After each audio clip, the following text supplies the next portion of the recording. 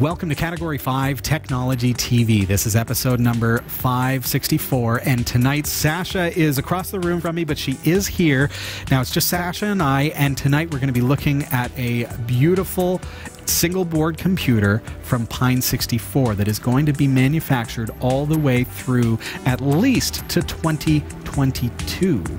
We've also got the GNU Image Manipulation Program pre-installed on my laptop. I can't wait to show you the new features in version 2.10.4. It's a free alternative to Adobe Photoshop if you ever wanted to edit photos or even get into graphic image editing as a profession even. This is a free alternative to the commercial applications available for you, and we're going to show you how you can get that and show you just some of the new features as well. Lots of great stuff coming up. Don't go anywhere. This is Category 5 Technology TV.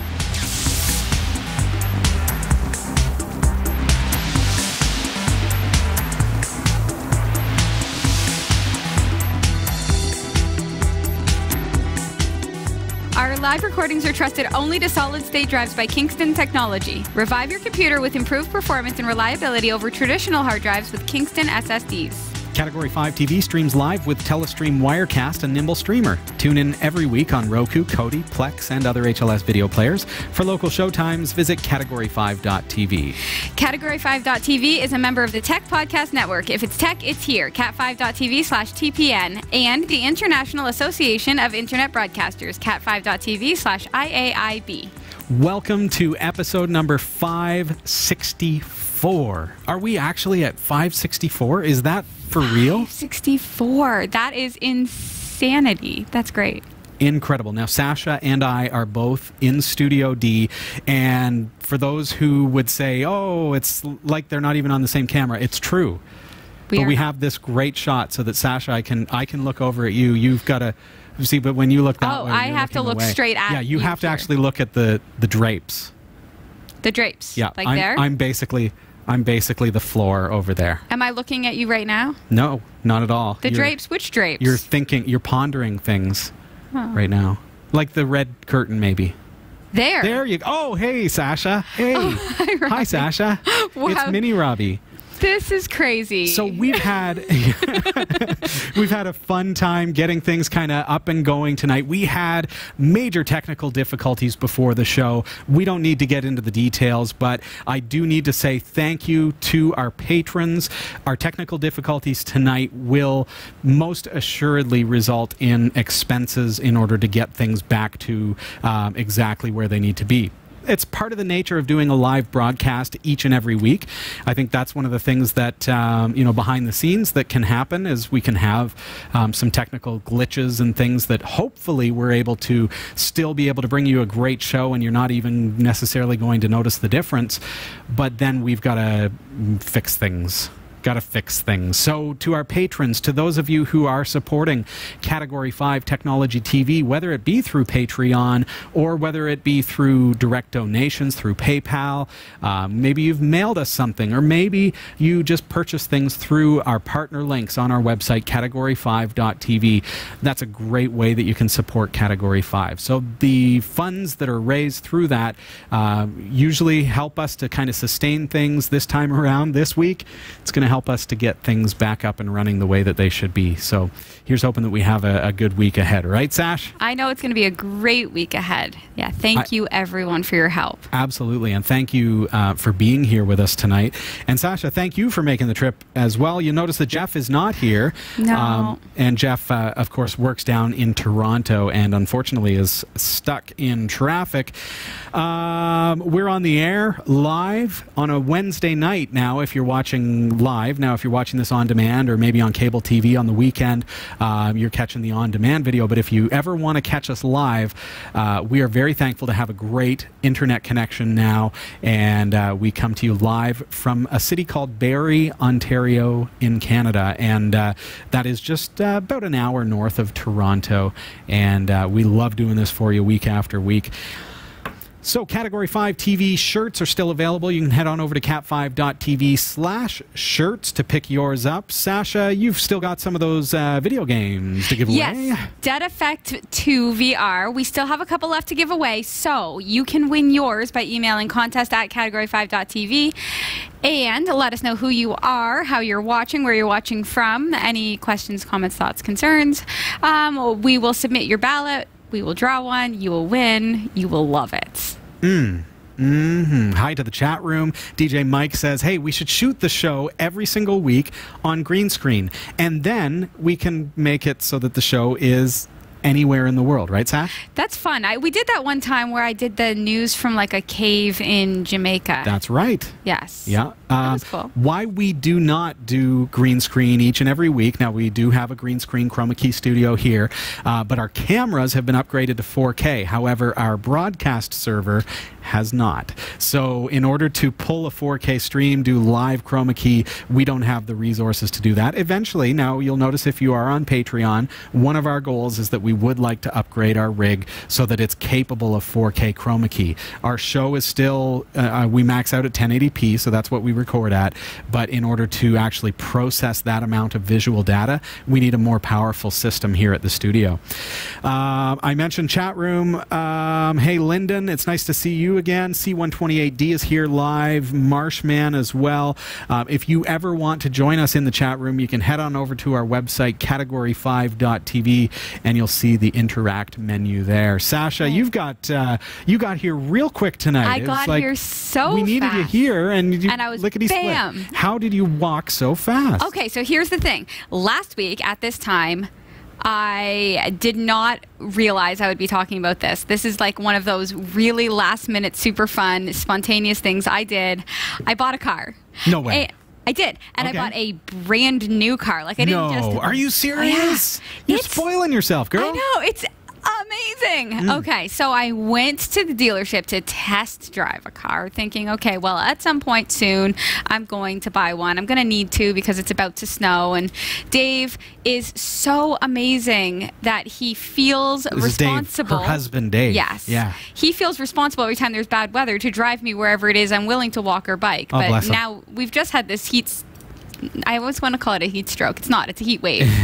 So it'll lead to it, Sash. It'll lead to it. Keep me from heat stroke. He has been driving me everywhere. Amazing, and that's probably what. That's good of him. So you said, I guess the conversation went something like, well, you know, you've been driving me around. Thank you so much, sweetheart. But I'll save you the trouble and I'll go buy myself a brand new car. Well, what happened was he said, I'm going to go golfing, so I can't pick you up. And I said, okay, well, I'll go buy a car? Yeah. So I was like, that's okay. I just wanted to go test drive a car anyway. So don't worry. Don't rush home. And well, is that ever nice? I bought it. And for long-term viewers, Sasha sold her car thinking, hey, this is a great idea to bike to the studio each and every week and everywhere you go. And that didn't last through the Canadian winter. And that surprised me because as a Canadian, you know, we bike in the winter. Right. Okay. So I have to tell you a little bit about my car because brand new. I imagine it's technologically sophisticated. Right. So it's a 2018 Chevy Spark. So Chevrolet Spark. I don't know whether or not is Chevrolet international. I don't even know. Yes. Anyway. So it's a subcompact. It's a tiny car. It's not as small as you can get, but it's like a tiny bit bigger than that. Cool. The thing is, I've had it for like 2 hours now. So really? I don't. Yeah, I picked it up, went to work, came here. So we should be doing like carpool karaoke or something like that. I know. It's that should be the show tonight. There's 30 kilometers on my car right now, which is like 15 miles. Come on now. Yeah, it's incredible. Okay, so when I get into my car, it asked me to sync my phone, which I guess is a normal thing. But then it asked me to connect my phone with a USB cord, and now everything, like it mirrors onto the screen, the dash. No. So I could see that you were messaging, but my only response could possibly be, can't talk now, I'm driving. Right. But I can listen to my music straight from my phone to my car. I can, all my navigation is done through Google Maps. I can talk to my car like through, like I say, okay, Google, kind of like you would say, hi, Alexa, right? But I have never had anything nearly as sophisticated because I always base model things. This car itself was stinking cheap, so I could go with one level up. You got a good deal. Yes. I really love that feature of new cars that you can connect Bluetooth. Now I have only ever bought a family van, Sasha, so I don't know what it's like to drive around in a sporty brand new car. But my family van does have Bluetooth, and so it connects to my phone when I get in it, which is cool for making and taking calls because then it's hands-free. So the whole danger of picking up the phone or texting while you're driving becomes a moot point because it just allows me to make and take calls by pushing a button on the dash and then using voice commands, which is really, really great. But mine does not have the capability of streaming music from my phone over Bluetooth, and I wish it did. Mine does. I love that. It's like my car is, it's like I'm living inside my phone. That's what it's like. It's so connected to my phone that anything I can do with my phone, I could do with my car, and I can do it, by and large, hands-free, I believe. I haven't actually tried any of it, really. So if your husband Dave gets in the car, does the car say, "Hello, Dave"? I don't know. He actually hasn't seen it yet. But I have it, and I named it, so that's it. It's red. I love that. Absolutely love it. Now, to be fair to my van, there is a USB port in the glove box. And I was like, oh, I wonder what that is. And so I plugged a USB flash drive into it from the old van, filled with MP3 music, and sure enough, it loaded up and it plays from a USB drive. See? Which is cool. really, really nice. I would love, we should have done this show live, just booting around. The only thing is, it's an automatic, not a standard. I wanted a standard. Okay. But if anybody likes the game Dark Souls, the Dark Souls series, I named my car Estus, because that is how you get life in Dark Souls. You drink from the Estus flask. So, there you go. I have no idea what she's talking about either, folks. That's what happens to me every week. Every single week. There you go. Welcome to the Sasha Show. Yeah, there you go. We've got to take a really quick commercial break. When we come back, we have a beautiful long-term supply single board computer from the wonderful Pine 64. We're going to pull it out of the box and see what it looks like. Stick around.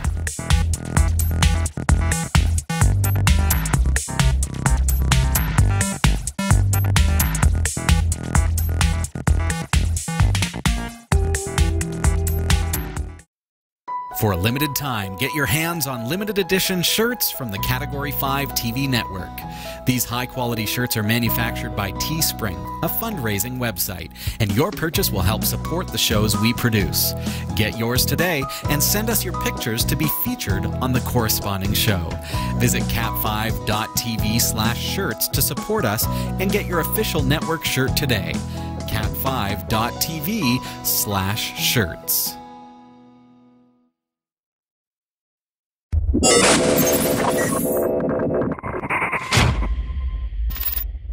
Welcome back. This is Category 5 Technology TV. We've all heard of the Raspberry Pi, but there are other single board computers out there. Sasha, you ready to take a look? I certainly am. All right, so tonight we're going to unbox the Pine A64-LTS. Now, I've got kind of the kit here. I've got my trusty ruler so that we can measure everything. All right, let's get right into it. This is, now LTS in this case for the Pine A64-LTS stands for long-term supply. That means that they're going to support this thing and continue manufacturing it until at least 2020. Where do I start? Okay, first of all, let's get right into the box of the Pine 64-LTS. There it is. The first thing that is immediately striking about this board is that it is significantly larger form factor than the Raspberry Pi that we're used to. Let's get in here. There it is.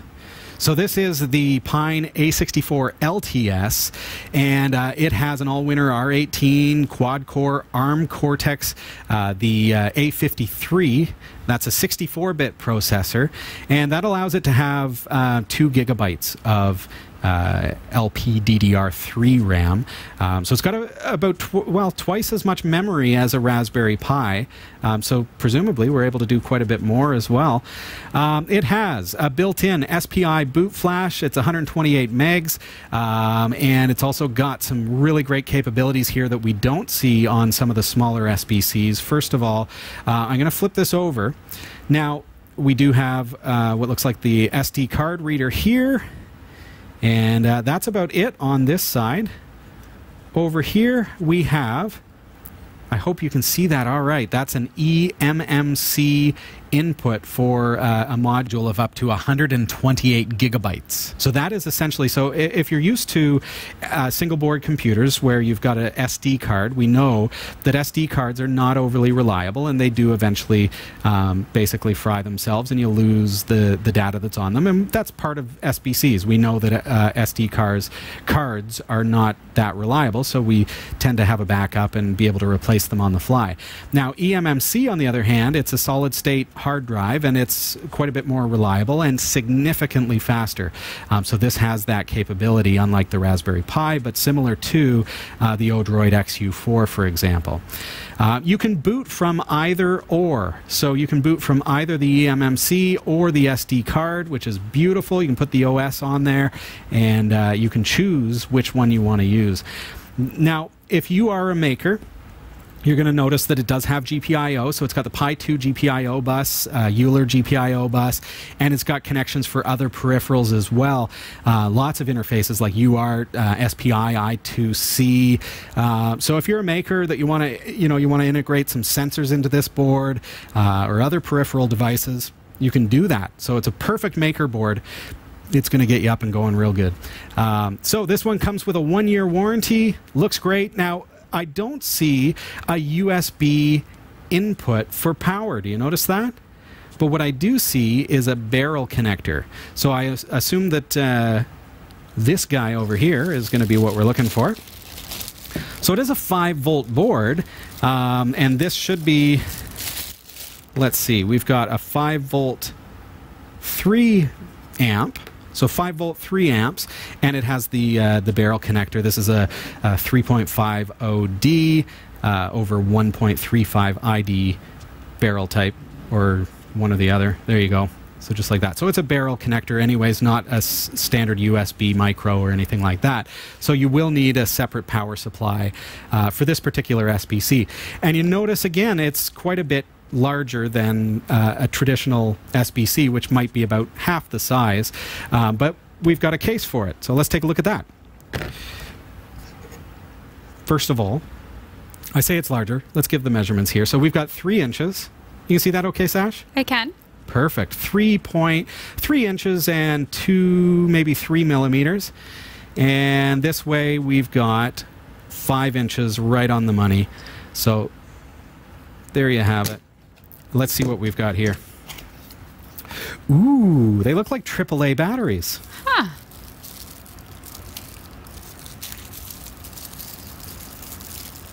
These look like a type of riser. Oh, I'm excited about that. That looks nice. Okay. Let's get a look at what they've got here.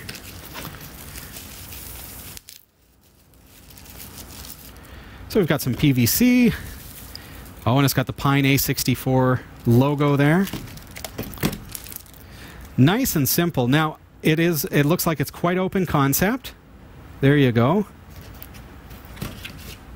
So that's going to screw. So we've got a couple of screws here. I'm not going to actually assemble this, but you can use your imagining, and you see that these 4 screws will hold this onto the riser plate. And then the risers that we have here that look like AAA batteries, and they're about the same size as a AAA battery, they're going to give us a rise on that board as well, about this high. So you're going to have a lot of airflow, but a lot of potential dust getting in there as well, so keep that in mind. You're going to want to keep that clean. That looks good. Okay. Now, other peripherals that you might need for your Pine A64-LTS. First of all, if you want to have Wi-Fi, it does support it, but you're going to have to get a separate module. And that looks a little something like this. There we go, and I guess that just snaps right on here somewhere. Let's see. There we go. And then just like that, it has Wi-Fi? Well, that is Wi-Fi now. And then I guess this is just the antenna, so we can stick that on there. And then, yes, you've got a Wi-Fi controller built in. Next up, I've got a 16 gigabyte. I mentioned the eMMC capabilities of this board. I love eMMC in comparison to, say, SD cards. More reliable, significantly faster, and that's all there is to it. So it looks roughly the size of a small SD card, but it's going to just simply snap onto the board just like so. So you just place it on top, find the spot, and snap it on, and now that is a 16 gigabyte hard drive on that main board. Perfect. We've got a heatsink for the CPU, and just in case I want to flash my own OS on there, let's say I want to put NEMS Linux on it, or I want to put a different distro of Linux or Android or Windows or whatever I want to put on there, they've included this extra peripheral, which you're probably going to have to buy separately. Now, we've been sent this by Pine 64 to review, but this is a eMMC USB adapter. So now I can just simply plug this into the adapter and plug that into my computer and be able to flash any OS onto that that's compatible with this board. So speaking of compatible OSs, now this carries the A64 markings, and it is the A64-LTS. So you might presume that an A64 Plus OS will run on this, and that is not the case. This will run any of the Pine platform OSs, and that is due to the RAM configuration of this particular board. So that means that the A64 Plus distributions of Linux or whatever it is that you want to install will not run on this board, even though it carries the A64 marking. Okay, so you need the Pine versions of those OSs. So that's any of the builds that are available on the Pine platform. So there you have it. I can't wait to fire that up. I love unboxings. They're absolutely my favorite episodes. I love the single board computers and how there are other brands that are really on the rise. The A64-LTS is something that I'm really excited about. Find out more about this board. I've got the links below, but head on over to pine64.org and you'll be able to check out this board. Stick around, we've got to take a really quick break. When we get back, we are going to be looking at the brand new release of GIMP, the GNU Image Manipulation Program. Well, 2.10.4 is out. We're going to show you what it looks like right after this.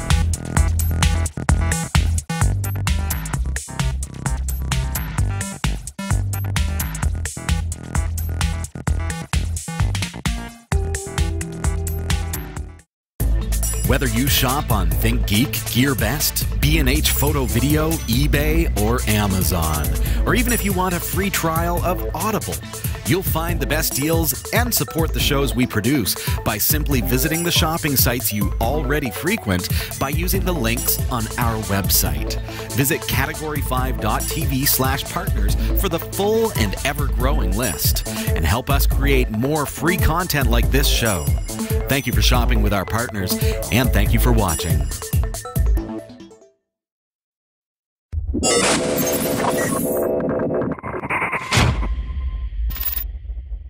Welcome back. This is Category 5 Technology TV. Now, our website is www.category5.tv. Just go category5.tv in the address bar there in your browser, and you're going to be able to see all the different shows that we produce. Now, this being episode number 564 of Technology TV, that means there are 563 other ones that you can go onto our website and catch those shows.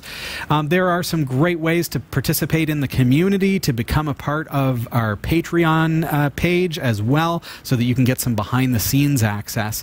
Things like our weekly vlog. Sasha was talking about maybe going out to the car and showing her new car on the Patreon vlog, for example. So if you're a patron, you gain access to those things. And that's all through our website at category5.tv. One of the things that we love here, Sasha? Yes. Any guesses? One of the things we love here is unboxings. Yeah, we love unboxings. She's going to say Linux. Yes, we love She's Linux. going to say open source software. Yes. Open source software. Why That's true. do I love open source software so much? Why? Because it's your heart. I don't know why. Because it's open and nobody makes money off it. Yes, Robbie, who gives away the show for free, loves things that make no money. No, there is that, but I think there's this whole kind of spirit of community around open source software that says, and sometimes this is not the case, but certainly a lot of the times it is. It's people working together to develop software that they love and they are passionate about, and they distribute and they give away absolutely free so that community members, people who want to just go to their websites and download it, can do that. And it's free. You took the words right out of my mouth. It's like the tech flash mob. Like the way everybody just in community gets together and they do something for the greater good, only this is just open source. Not just open source. This is open source. It's just like it. It's just like it. So you think about things like Microsoft Windows, and then you realize that there is Linux. Look at Linux Mint. Look at Ubuntu. Look at Ubuntu Mate, and realize that Windows, being a commercial application, that's closed source, it's proprietary, and it belongs to Microsoft, and you're paying for that. Linux, on the other hand, is open source. It's free. You can download it. You can install it. You're not limited to how many computers you put it on. You can put it on everything, and it still remains free. You can do all the same things that you normally would, like going on the internet, doing checking your email, surfing the web, watching YouTube, watching Category 5. All these things can be done. And then you say, well, yeah, but I need Photoshop. Because we're back in that mindset of proprietary, commercial, it's owned by Adobe, it's not something that we can just have and install on everything. But then we realize, oh, just like Linux is to Windows, there are alternatives to things like Photoshop. Sasha's got a guess. GIMP? GIMP. And when you say GIMP, it stands for the GNU Image Manipulation Program. GIMP for short. GIMP.org is where you can go. Head on over there, GIMP.org. I'm going to see if I can bring up my screen here. I'm sure I could. Here we are. And there we are. And the first screen that you see is giant, huge button that says download 2.10.4. That's what it says today.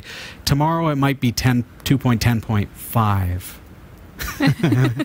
So you click on that, and lo and behold, hey, download it directly, and it's available for Linux. So if you've already made that choice that, hey, I want to go the open source route, not use Microsoft Windows, not use Mac OS, I want Linux, and you've made that choice, hey, you can install the GNU Image Manipulation Program on your Linux system. And now you've got an open source alternative to Adobe Photoshop on that computer as well.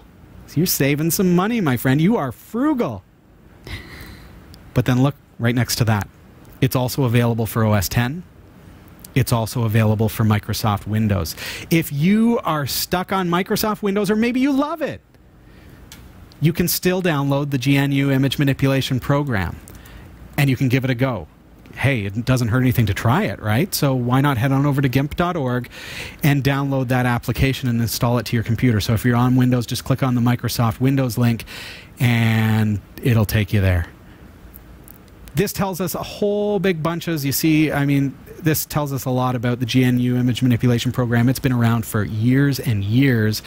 And right now, with 2.10.4, why am I so excited about it tonight?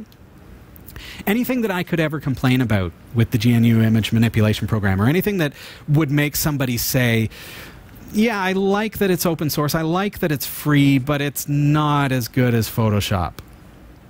A lot of those things, anything that you can think of, other than CMYK, we'll talk about that, but any of those things are resolved. So now we're at the place with this free program where the GIMP is so good. You can use this for commercial use. You can use this. I have used this to do billboard scale print jobs, and I do it all in RGB.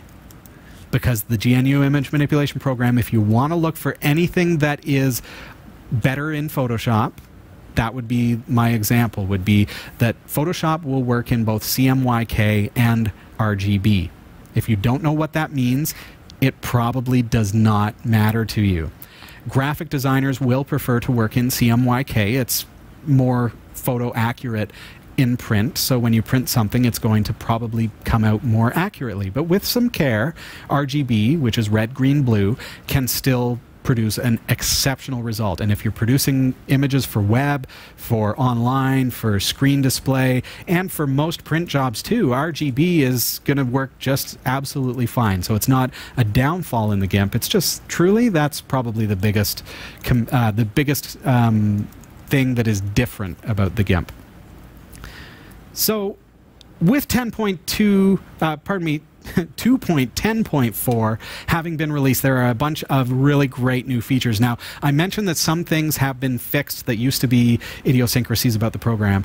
Now, those would be things like when you used to rotate an image a little bit, it would go blurry because it didn't have very good interpolation for re-interpolating the pixels.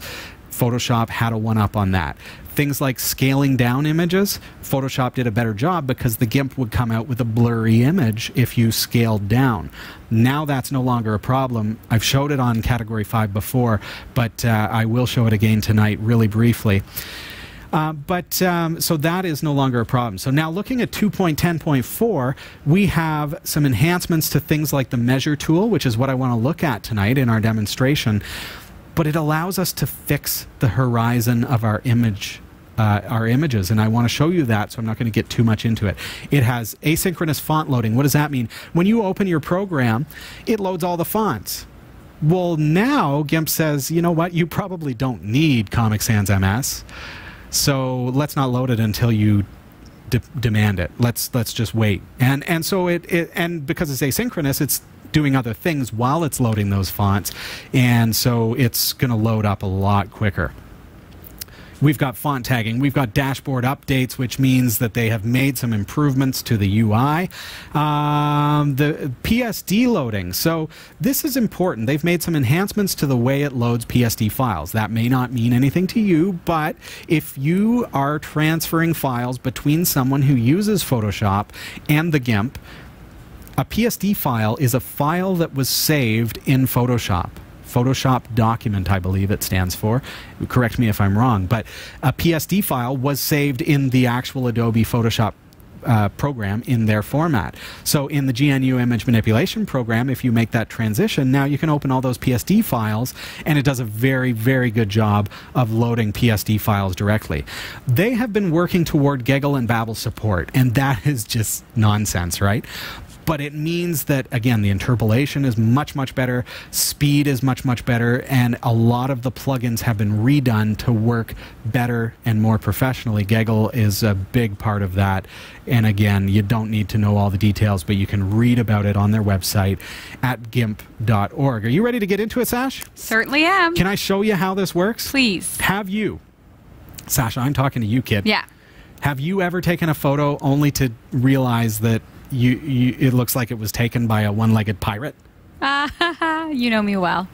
Holding the camera, take the picture, you think it's straight, but you know you're a little bit skewed, right, so it ends up being horribly skewed. I've got a picture here that we're going to pretend I took. In fact, I did not. I got it from Pexels. Pexels.com, check them out. Okay, open with GNU Image Manipulation Program. Now, I skewed it. The photographer didn't do this to it. Welcome to the GIMP. This is the GNU Image Manipulation Program 2.10.4. Beautiful. Now, I am running this on Microsoft Windows 10. You can run this on any platform, Windows, Mac, Linux.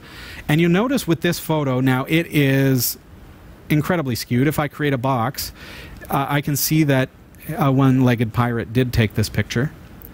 And this happens very, very often. Now, I get photos from customers that, because when you're standing in a room, if you are not looking straight at the wall, you're looking a little bit off, that horizon of the wall will be off. And so in your mind, you think, oh, we'll straighten it and then take the picture. But then it ends up actually being crooked because it's not where the horizon should be. So I'm using this extreme example to really quickly show you one of the great new features, the enhancements that come built into the GIMP 2.10.4. Now, this is a free program, remember, and we've got all these great tools. We've got filters. We've got color. If you want to fix the levels of a photo, you can do that just like you would in Adobe Photoshop. And then you can save those settings to the photo just like that.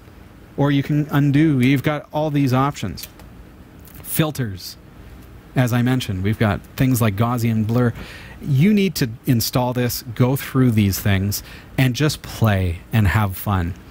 But in this example, now I brightened it up a little bit there with my levels, and in this example I want to fix the horizon. Now normally I would go through a process of having to rotate the image, which I can do. I can turn on things like a grid if I want to be able to kind of line that up.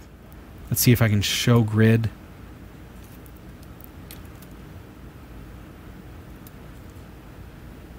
I don't know. I'm just kind of playing.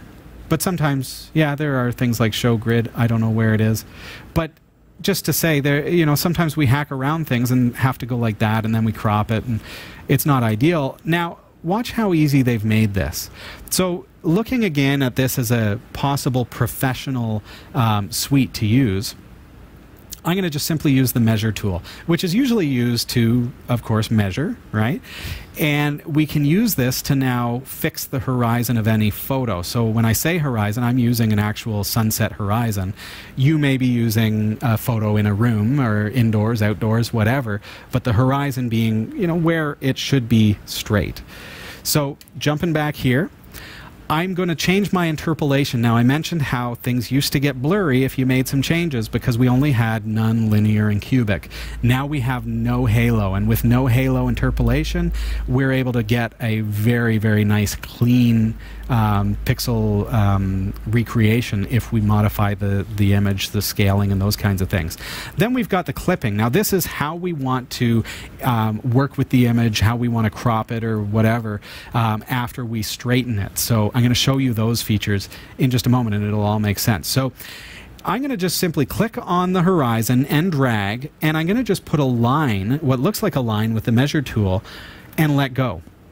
Now there's a line where the horizon is. You can see that? And so now, all I have to do, you ready for this, Sasha? I am. What do you think about this button? Straighten. I'm going to push that and just watch what happens to this picture. Now, it's fast. I'm working with a 4818 by 2590 photo, and now my horizon is perfectly straight. Look at that if I make a box. That is perfect. It's beautiful. But I've got this like strange kind of cropping happening because it's done it within the canvas, and so it's got these kind of, the alpha section showing behind. Right. So I'm going to change the way that I do this by going back to my measure tool, which has moved now that I made that wider. Where to go? There it is. All right. Leaving interpolation at no halo because I want it to stay real clean. Let's look at what clip does differently. So I'm going to do the same thing and straighten.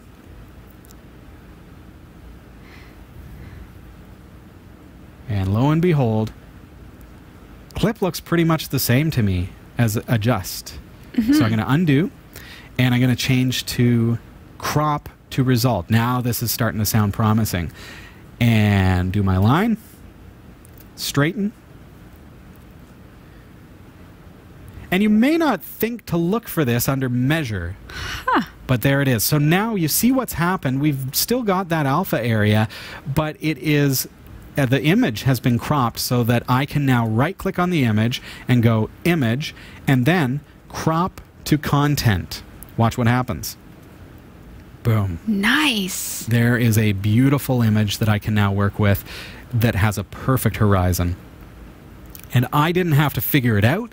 I didn't have to do any calculations. I didn't have to line things up and zoom in and squint. It was just that easy. That is incredible. I could probably do that. That's our measurement, folks. Sasha, do you think you could do this? I think I could do that. She thinks she could do this, so you can do it too. But truthfully, I mean, okay, let's backtrack just real quick. GIMP, GNU Image Manipulation Program, is free. You can download it from gimp.org. It runs on Windows, Linux, and Mac. And it is continually being developed by an open source community of developers, and it is continually improving. Now, with 2.10.4 available, you can do something like straighten your image horizon just that easily. Go to gimp.org, pick up your copy today. It's absolutely free. What are you waiting for? We'll be right back. I'm actually going to throw it right over to the newsroom, and then we'll take a quick break after you tell us what's going on. Sounds like a plan. Here are the stories we're covering this week in the Category 5.tv newsroom. Under a government proposal to cut emissions, new homes in suburban England will need to be fitted with electric car charging points. A migrating tagged male stork blipped out of contact on April 26th, only to run up a $2,700 phone bill a few weeks later. Amazon wants to fill the gap left by the closure of stores like Toys R Us by sending out printed catalogs. And a friendly reminder, in case you haven't already upgraded your web hosting to use SSL, effective this month, Google is warning users that their websites aren't secure. These stories are coming right up. Don't go anywhere. Jeff Weston, Yeah, man. you're building a brand new, beautiful website, What? aren't you? No. Am I? Oh, you're a terrible actor. What? This is where acting comes into play. Oh, I didn't know we were acting. You're supposed to act. Okay, fair enough. All right. Yeah, I'm building a really cool website. Are you building a really cool website? Just because Jeff is confused doesn't mean you have to be. Visit cat5.tv/dreamhost to sign up for unlimited web hosting for your website with unlimited email accounts, MySQL databases, the latest version of PHP, WordPress, and more, and even a free domain name registration. It's less than $6 per month, so sign up today. cat5.tv/dreamhost.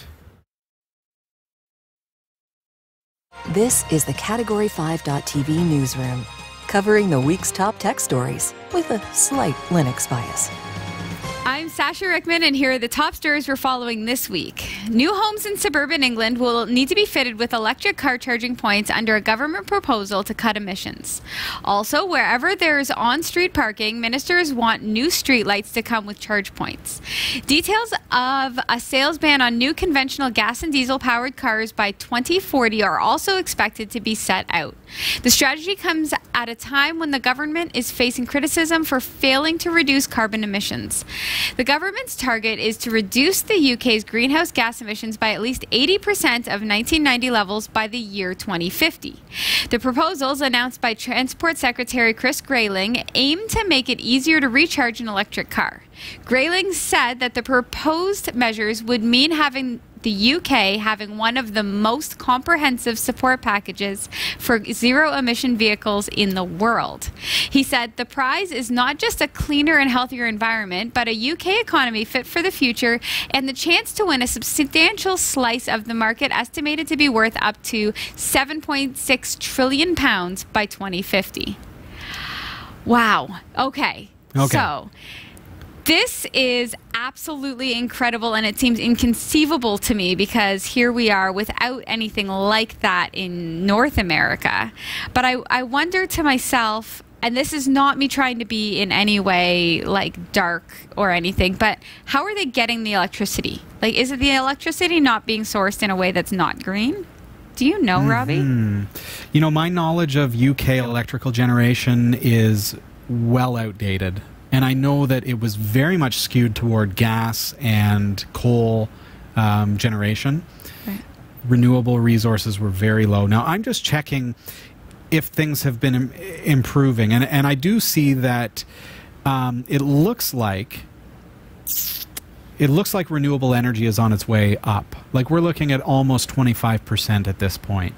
Now, in the past, the UK has, as I mentioned, very much been skewed toward gas, coal, with very little nuclear renewable energy, and so we're starting to see that rise, and that's part of, you know, initiatives to push for renewable energy sources.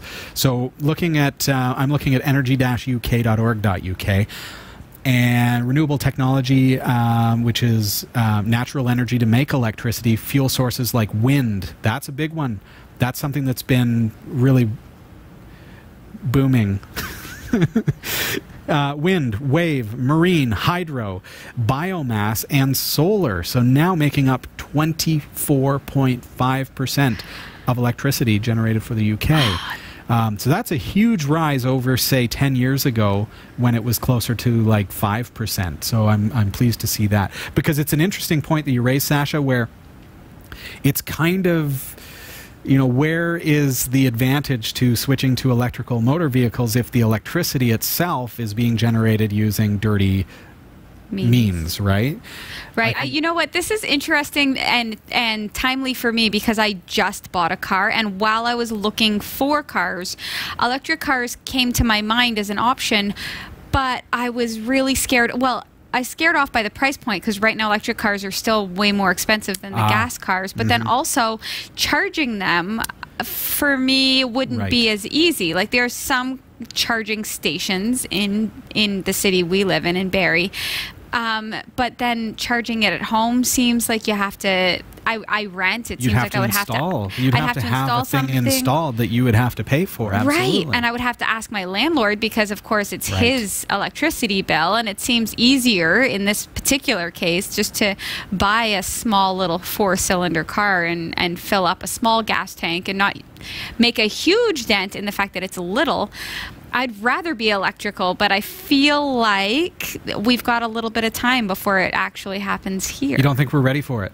And I can understand, like you mentioned about there are charging stations here in our city of Barrie, Ontario, and it's true, but they are all kind of clustered together, and they're only near a particular shopping center. So, hey, if you happen to be shopping at that shopping center, or maybe you're lucky enough to work there and have an electric car, it makes absolute sense. But if you live or work on the other side of town, to have to drive 25 minutes to a charging station and then, you know, dilly-dally in the shopping center for however long it takes to charge your car, it just doesn't seem practical at all. So close.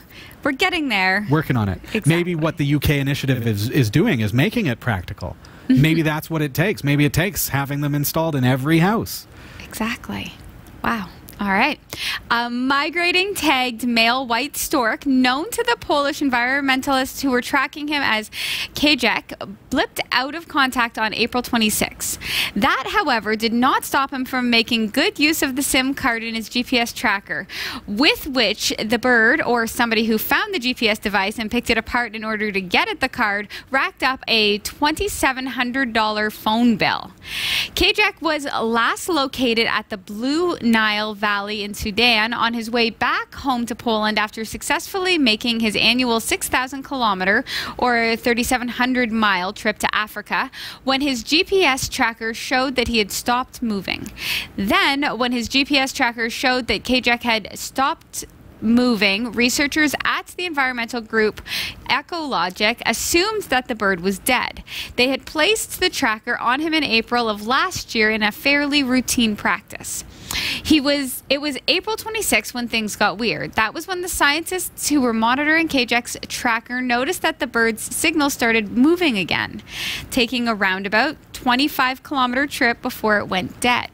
Then, a number of weeks later, on June 7th, Ecologic got the giant bill from its phone company. The group believes that in June, someone pulled apart the tracker to get at the SIM card, then used it for the marathon Call Everyone Everywhere spree, running up the $2,700 bill. Ecologic said that it doesn't know who made the calls, and they expect that they'll have to fork over the money for the phone bill out of their own pockets. So, now I use pay-as-you-go, so that if my SIM card or my phone ever gets lost, the worst that could happen is they could use up the remaining balance. Right. And to think that they had a calling plan on a SIM card on a bird's tracker and then didn't cancel it when the bird stopped flying. Right. So my question is really, if my SIM card gets stolen, yeah, right? I'm responsible for the bill. Yeah, you sure are. And So I think the key thing is to call your service provider and cancel it immediately. Let them know that, hey, my SIM card. And the worst that can happen is that they cancel it, and then you find your phone or whatever, and then you just buy another SIM card for $10, and they port the number over to the new SIM card. okay, I have a second question, and it's kind of an environmentalist question. They're putting these trackers on birds, so Yes. I don't know exactly how they equip them, but then they just like, once the bird stops moving or is presumed dead, it's just like, right? Because the tracker Well. is dead, right? So are they just letting it just be where it lays, and I'm then sure, you know what, Sasha? I'm sure that if it was like nearby, that they would go and collect it. But realistically, I mean, these birds are migrant birds that are traveling great distances. They could go down in a jungle, or who knows? I don't know where they fly, but I think that they would could go down in a very dangerous place where they're not going to go in and look for, and who knows where it is, right? And then what about predators, right? So you Sure. put a tracker on, and a predator attacks the prey that you put the tracker on. That's possible. Now they've ingested this. Maybe there should be. We did a news story once about making like parts of hearts with like silicone, or it was something that was non-toxic, obviously, because it was in a human body. Could they not come up with some sort of tracker device that maybe would dissolve Ingestible. after? It tastes like gummy bears. Exactly, something like that. I think they might be larger than that. I mean, but it's a GPS unit, right? With a battery that has to last a fairly good amount of time and be trackable from GPS satellites. So what it boils down to is it's probably not reclaimable in most cases, and in this case, I think it was just like facepalm that they didn't cancel the service on that SIM card. Yeah, they will never make that mistake again. Yeah. Amazon's move into retail has largely hinged around opening or acquiring brick-and-mortar stores.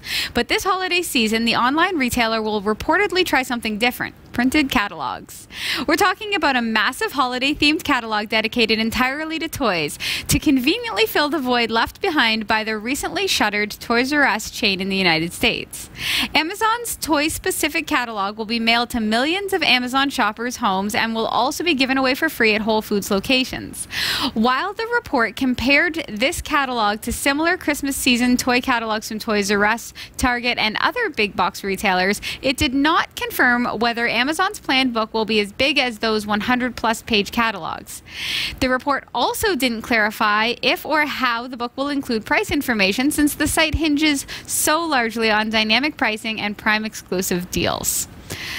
This is actually a super cool idea, I think, from a marketing perspective for people who perhaps haven't delved into the world of online shopping yet. And You this think is those like, exist?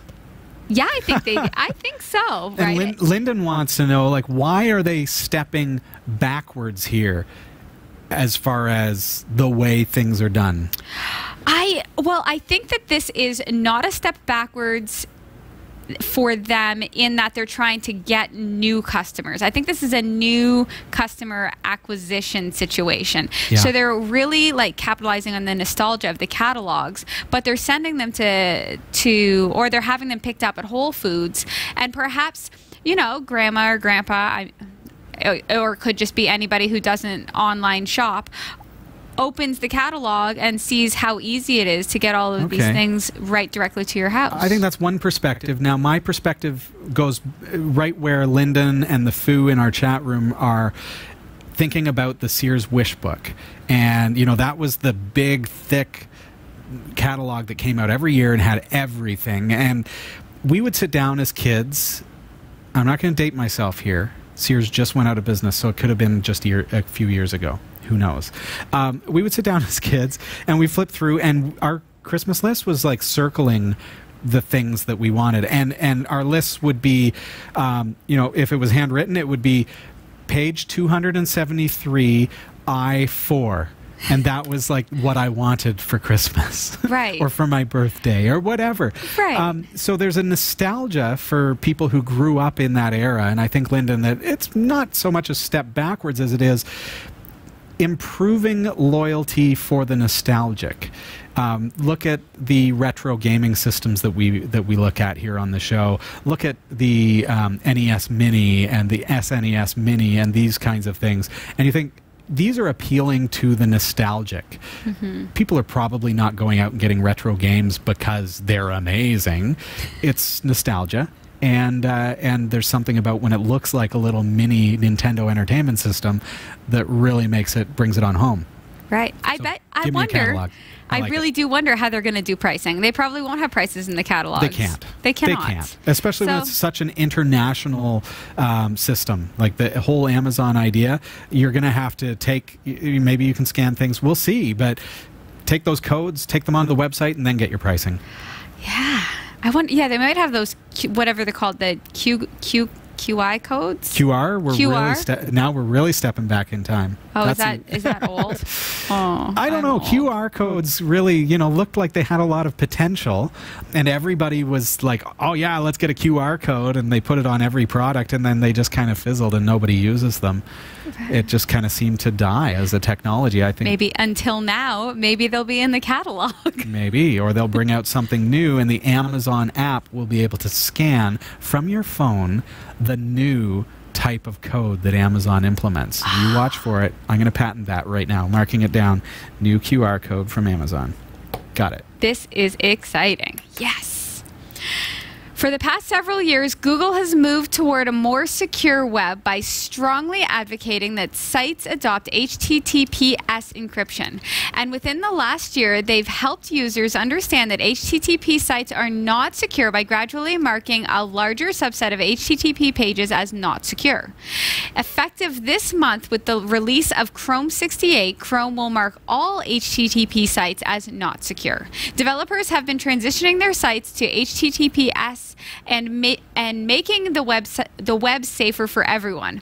Progress last year was incredible, and it's continued since then. Over 68% of Chrome traffic on both Android and Windows is now protected. Over 78% of Chrome traffic on both Chrome OS and Mac is now protected, and 81 of the top 100 sites on the web use HTTPS by default. Chrome's new interface will help users understand that all HTTP sites are not secure and to continue to move the web towards a secure HTTPS web by default. HTTPS is easier and cheaper than ever before, and it unlocks both performance improvements and powerful new features that are too sensitive for HTTP.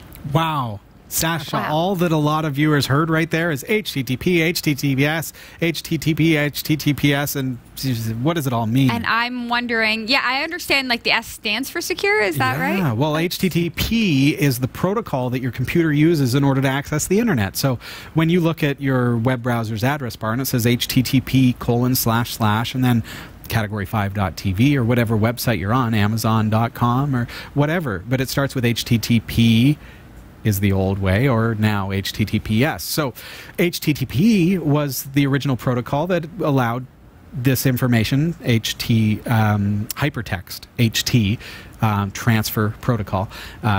So it allowed the transmission of that hypertext information, which are, if you back up to the 1960s when the internet was invented, hypertext is like website content, the text, the way that it interacts with one another, the way that hrefs links connect to one another. And so that protocol is used to send and receive, transmit and receive data. So then it was realized that, hey, this is not very safe. We're sending a lot of information over a protocol that can be intercepted and read. Now, hypertext, think about it, text. It is text. It is readable by anyone who sees it. So you've heard of man-in-the-middle attack, MITM, man in the middle. That is somebody who has a server or a computer or a router or a modem or a device on the internet or network that is listening for hypertext traffic, text traffic, and they can then save that, log it, aggregate it, and read it. So if it's confidential information, now they have access to that. So what has happened over the past couple of years, and now Google is forcing, is that all of that traffic needs to be encrypted. So when you look at your address bar, it now says HTTPS for Hypertext Transfer Protocol Secure, or SSL. And so then you can rest assured that the information that's being sent to your computer from the server and back to that server from your computer is encrypted, so it cannot be intercepted by that man-in-the-middle attack. Well, it can. Correction, it can be intercepted, but it cannot be understood. It's no longer plain text. It's encrypted data flow. So Google has put their foot down. They've said, okay, we're forcing the internet to be HTTPS. Now, if you run Chrome and you go to a website that is not HTTPS, which means it's secure, it's going to tell you it's not secure. So if you run a website, you have to set up SSL certificates, and you have to enforce that anyone who goes to your site, it automatically puts them on HTTPS. That's important. And it's also, you know, it's not just to stop Google's browser from complaining about it. No, it's to protect the end users. Category 5 TV, we switched to HTTPS years ago because we want to protect the confidentiality of our viewers, our users, as they interact with us. So that's important to us, and it should be important to you as well. You can check out, just quickly, Sasha, if I may. I know you're like, hey, you really kind of took over my show here. No, this is perfect. This has been very helpful. Oh, fantastic. Yeah. Let's Encrypt is a free service that allows you to set up SSL certificates on your website. They have an amazing, amazing website that you simply tell it a little bit about your server, and it will give you the codes that you need in order to set this up on your computer. So it's let'sencrypt.org. You can head on over there. I've just brought it up on my screen just to confirm I had it right in my mind. Let'sencrypt.org. What it means is that you can have secure hosting at no extra charge, because in days gone by, one of the things that kept people from setting up SSL, secure certificates and encryption, is that it cost money. Now Let's Encrypt has changed all that, and it's free. So check out let'sencrypt.org. We love free. Yay. When it's good. When it's good. Thank you so much, Robbie. And big thanks to Roy W. Nash and our community of viewers for submitting stories to us this week. Thanks for watching the Category 5.tv newsroom. Don't forget to like and subscribe for all your tech news with a slight Linux bias. And for more free content, be sure to check out our website. From the Category 5.tv newsroom, I'm Sasha Rickman. And I'm Robbie Ferguson. Thank you so much for being here again with us this week. Hope you've enjoyed the show. Please go to our website, category5.tv, track us down, track down this episode, number 564 of Technology TV, and submit your comments. Give us a thumbs up. If you're watching on YouTube, don't just give us a thumbs up, give us a subscribe as well. And we look forward to seeing you again next week. We'll see ya.